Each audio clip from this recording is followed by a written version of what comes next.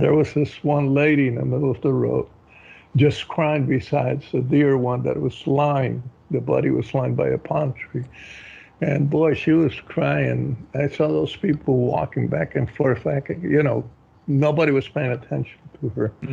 So I left the group with whom I was walking. I came back, took a bowl of water, gave it to her, and just wiped her tears. You're listening to an American Red Cross in Greater New York podcast.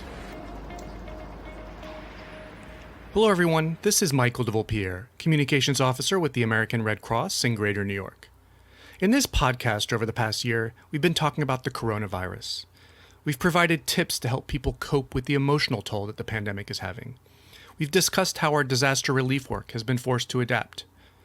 And we've looked at how COVID-19 has affected the military communities we serve every single day. In this final episode of our second season, we'll discuss the international work of the American Red Cross, specifically how one man's long and accomplished Red Cross career led him to a unique role supporting vulnerable communities dealing with the pandemic.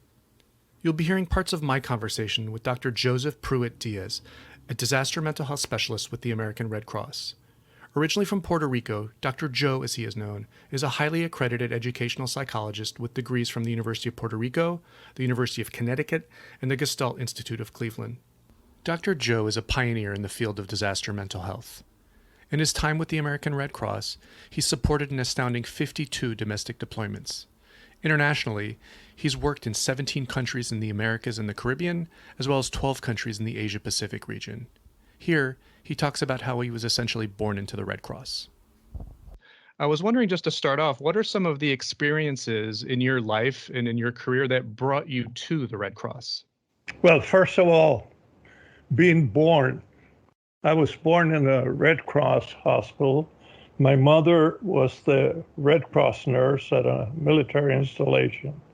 And so that brought me right into the Second World War and the beginning of the Korean conflict with a mother that was in charge of doing notifications for soldiers that were injured in a war and caring for the families until their bodies came and they were put to rest.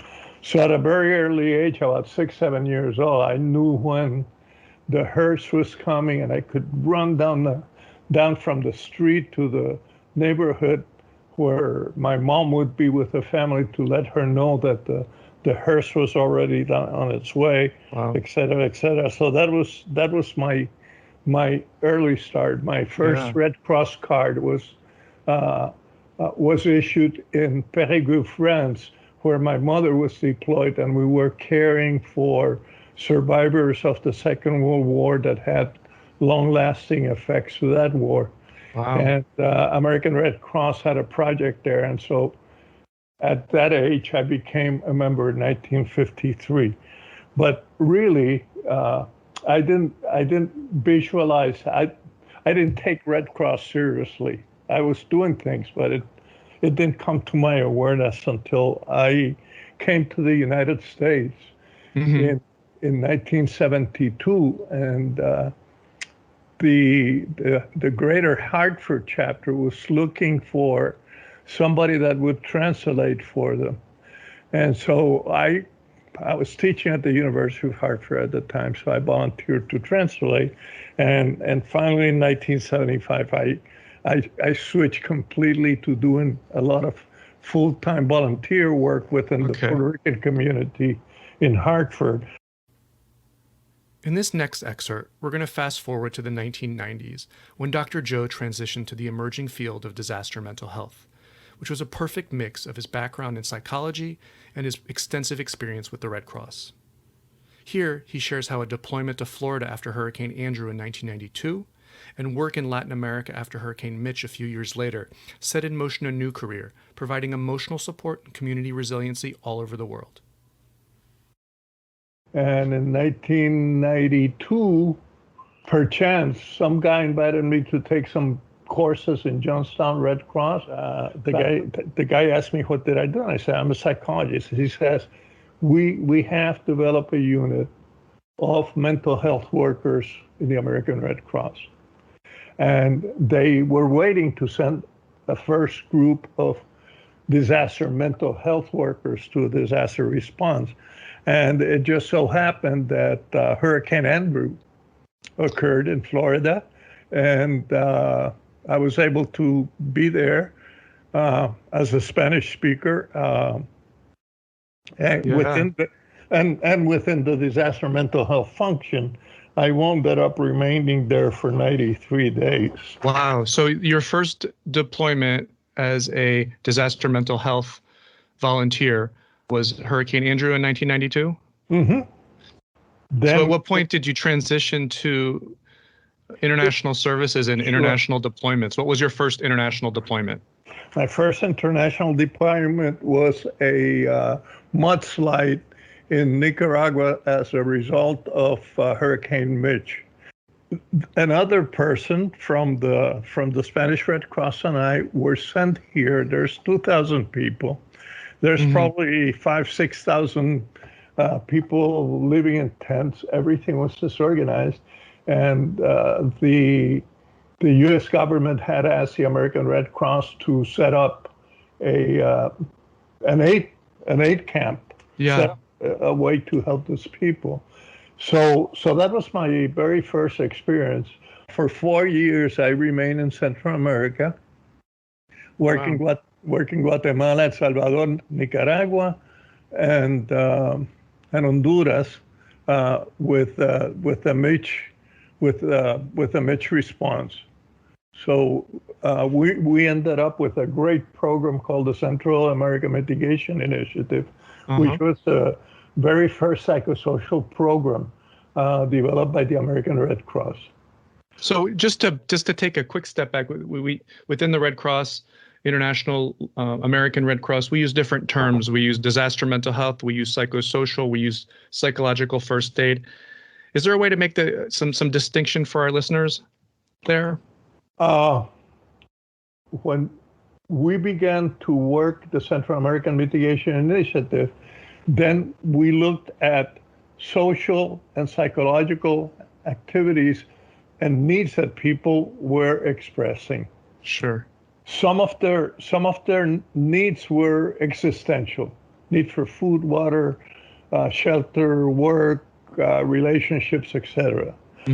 But there were some that had serious challenges in terms of they had suffered the loss of families and friends. They had physical and emotional pains. They had social margin. They felt socially marginalized.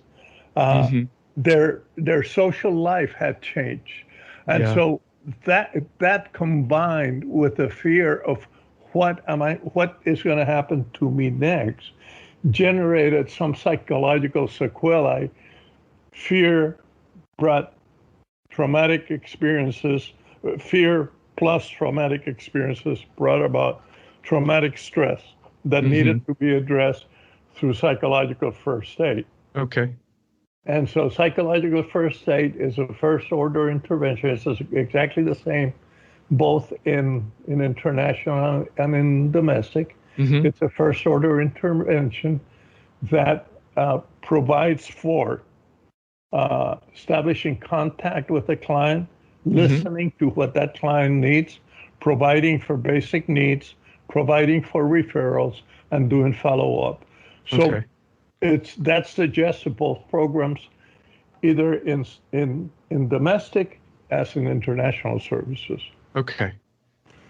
So your work for those 4 years in Central America, was that recovery work related to the hurricane, or was that long-term program partnership work on the ground? No, that was recovery, and as I mentioned, the Central America Mitigation Initiative was a 1.3 million grant from the U.S. government. Okay. To develop a program with communities akin the physical development that was taking place as a result of Hurricane Mitch. So there were housing projects going on, water and sanitation projects, road building, etc. And on my side, we were able to identify some communities in Guatemala, in Guatemala, which dovetailed the water and sanitation program. So those people were survivors of the early massacres of Native people. So there were certain levels of traumatic experience that was in existence with them. So we worked with the elders, with the females, with other people that were injured, and with children. And so we did the same thing in El Salvador, and then the Gulf of Fonseca, and in the Atlantic side in Nicaragua. Wow. And activities were not what you would think of typical mental health activities in the United States, for example. So people would come up with things like, oh, we would like to have a baseball team. And that's a real big thing in Nicaragua. So our intervention at that point was to provide the uniforms for 2 teams and the balls and the bats and so on. And lo and behold, it became a major intervention which provided access to the total community for activities outside of being constantly worrying about the survival from the hurricane. In Honduras, we had women doing handicrafts, and so they developed in about 7 or 8 villages handicaps that they would go and sell in the market on Sundays, and that provided for food for them and for their family. Other activities included regular counseling sessions, of course, but it provided for young high school students to help younger kids in poverty areas to talk about their feelings. So it was reaching the community, reaching out to other members of the community, sharing your feelings, and just doing things that would help you feel good about yourself. So the whole objective at the point was close relationship between the families that survived, the neighborhoods and the communities, and then having people develop friendships with others and develop pro-social skills and develop a positive view of themselves. That was it. That was all we did. From Latin America, Dr. Joe's international work with the American Red Cross took him halfway around the world to South Asia. Following a catastrophic earthquake in Gujarat, India in 2001, Dr. Joe represented the American Red Cross there as a psychosocial delegate. The earthquake killed more than 30,000 people and destroyed so much of the physical infrastructure in the region's Cluj district. For 4 years, he and his team worked tirelessly to support communities coping with this tragedy as part of an international Red Cross and Red Crescent response. Over those 4 years, he helped develop a unique psychosocial program, adapting much of what he learned during his time in Latin America. To this day, the Indian Red Cross continues to utilize Dr. Joe's work. He was working in India in late 2004 when a catastrophic tsunami devastated far-reaching coastal regions from Indonesia to the east coast of Africa. And Dr. Joe quickly transitioned to support the global response to this unimaginable event. As the global psychosocial support delegate with the International Federation of Red Cross and Red Crescent Societies, his work focused on India, Indonesia, the Maldives, and Sri Lanka. Working this recovery effort from 2004 to 2008, Dr. Joe has given years of his life to support the emotional needs of those impacted by the tsunami. In this next excerpt, he shares an incredibly heart-wrenching yet touching story from his time in Sri Lanka. When we got to Tamil Nadu at that time, we went to a place called Nagapattinam, and there was this. Everybody was crying. It was bad. It was really a lot of bodies all over house and sounds. And there was this one lady in the middle of the road, just crying besides a dear one that was lying the body was lying by a palm tree. And boy, she was crying. I saw those people walking back and forth, nobody was paying attention to her. So I left the group with whom I was walking. I came back, took a bowl of water, gave it to her, and just wiped her tears. Oh my gosh, it's beautiful. And stayed with her for a little bit. And then, of course, they called me, so I went on.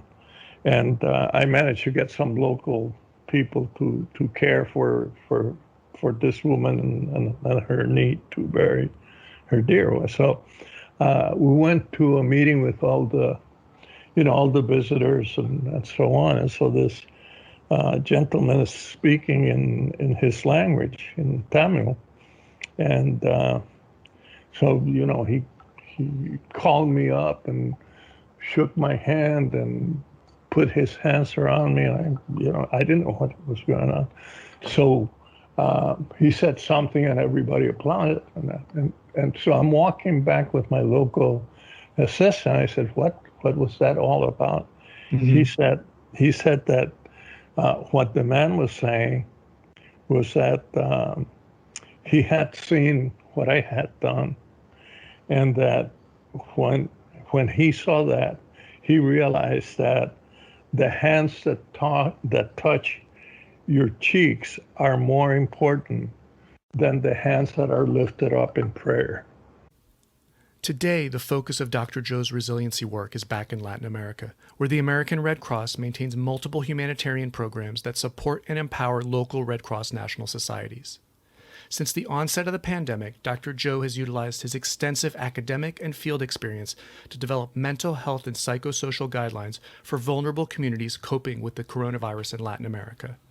In fact, earlier this year, he had the honor to serve as technical advisor to the special representative of the IFRC Secretary General for COVID-19. In this next excerpt, Dr. Joe talks about his recent work in Latin America and the pandemic's impact there.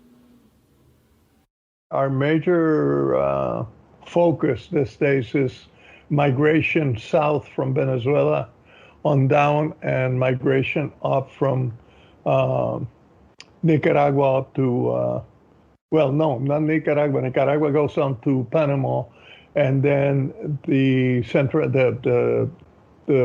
American Triangle moved to the United States. So a lot of the programming that we do is supporting those efforts. So what do some of those programs look like, and particularly those that you're involved in? The ones that I'm basically involved in are all in the psychosocial side. So there's two things that I do from the psychosocial side. I have a webinar every Friday on community-based psychological support that we project through Red Cross Radio, and we project through YouTube and live, and that has an average of 600 views a week. And then as the time goes on, people are able to see. We get on the average about 2,000 to 2,500 views during the week of those programs. So that's something that I'm directly involved with 3 other young people that are helping me doing that. And so these webinars, these YouTube programs, these radio programs provide resources for, psychosocial resources. What can you kind of paint a picture to be what these webinars sound and look like? Sure. We talk about what is the social ecology of disaster. We talk about resilience not being individual but being collective. And so therefore, there are some tools that are community-based. So we talk about the tools of community-based and how we organize ourselves as a community. People have homework, they send it in via email. We read it and we provide feedback to them live. And then from there, we continue to talk about what are some of the human capitals that they have and how can they use their human capital to influence the Red Cross to to provide them assistance and provide them resources. And then we focus a lot on what resilience is about, because this the whole pandemic has really hit us quite hard, and so the whole issue of the COVID-19 has really had an impact on the societal process. Yeah. And so the quarantining, the distancing, the mask, and have created alternate ways of doing the community, which increase the fear. The fear increases the traumatic stress and increases the depression. Mm-hmm. So we attempt, in as much as we can, to conduct programs and make talks around being positive emotionally, about the ability to reframe all the adverse experiences that you have had with COVID-19. What are they going to look once there's no COVID-19? Mm-hmm. We help people talk about spirituality and what spirituality they bring. And we have a whole section on Native populations that are very in tune with their spiritual traditions and how they go about it. And then the ability to make meaning of this traumatic event. And we have a whole section about some of the elder people writing or dictating stories about what they have lived through this year to mm-hmm. be given to their grandchildren 100 years from now. So that's the large part of the psychosocial side. You touched on this already, but I was wondering if you could speak a little bit more again. So COVID-19 has had such an impact on the communities we served, hardest on the most vulnerable. So looking at the communities you've worked with in Latin America, can you talk about what this impact looks like and what concerns you the most? Well, the impact of COVID-19 has been traumatic all over the world. Now, imagine if we are a developed country and we have been so affected by COVID-19. Think about the poor neighborhoods in Brazil, or the poor neighborhoods in Colombia, or those that are living with political strife in Venezuela, Indians in Lima, lack of government services of Ecuador. The impact on the population as a whole in Latin America has been traumatic. As we move along, we're going to be able to come out of this. We are. Mm-hmm. We're almost there. But we just think that we're not going to be able to come out of this. Mm-hmm. And as we move along, we're going to we have lost our sense of place. We will recover that. We will recover our cultural and social and natural and human capitals. But what we will not get, what we will not be able to do is to put away the fear that COVID-19 has created mm-hmm. for most of the people in Latin America. And so imagine one of the immediate suggestions was quarantining. Everything has been closed up. Mm-hmm. But yet, most people live in one-bedroom house. Some people have one of the adults in those houses who uses alcohol and abuses, or the treatment of the other members of the community is not the most positive. And so government are telling the people that they have to live with an abuser in their home. Mm. One. Two, that the system once the system closed down, the quarantine began and people were afraid of getting sick, then women who are the day workers in most large Latin American cities were not able to go to work. Mm-hmm. Because they were not able to go to work. They were not able to provide the basic needs of their little community. And then you have two generations at least of young people, one who has began to live out of the television and the smartphone and so on, and other smallers who really don't know why it is that they have quarantine, why it is that they cannot go away, why it is that they have to wear a mask. Something horrible is happening out there, except that I can't see what is happening out there. Mm-hmm. And because I can't see what is happening out there, I don't have the wherewithal to fight it. I am scared all the time. And how do I recover from this? How do I develop that sense of resilience? Yeah. So that is something that we're going to have to address. Yeah. One. Two, that we're going to have to address the young people who were Red Cross volunteers and who were in emergency crews, and like in Ecuador, they had to pick up bodies from the street, mandated by the government. That was something that those volunteers were not prepared to do. And so they're going to have those issues, those mental health issues to address as they move on. Thank you for sharing that, Dr. Joe. Is there anything else you'd like to add about your time with the Red Cross? The one thing that I want to emphasize is that the American Red Cross has been there during the war. The American Red Cross was there when Sully crashed or landed his airplane in the river in New York. The American Red Cross is there at 3:00 in the morning with the firemen, attending people that are in need.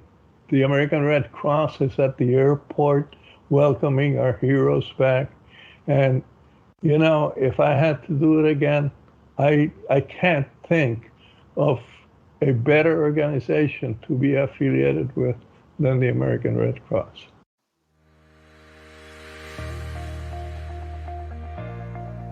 Once again, huge thank you to Dr. Joe for taking the time to talk to us. This is the last episode of our current season, but I want to encourage all of you to tune into our third season that will be launching in August. Each episode will take a deep dive into some of the disasters that have impacted our country and our city over these last 20 years. Thank you all for listening. Let's continue to look out for one another. This episode was edited by Mackenzie Lynch and produced by me, Michael de Vulpillieres.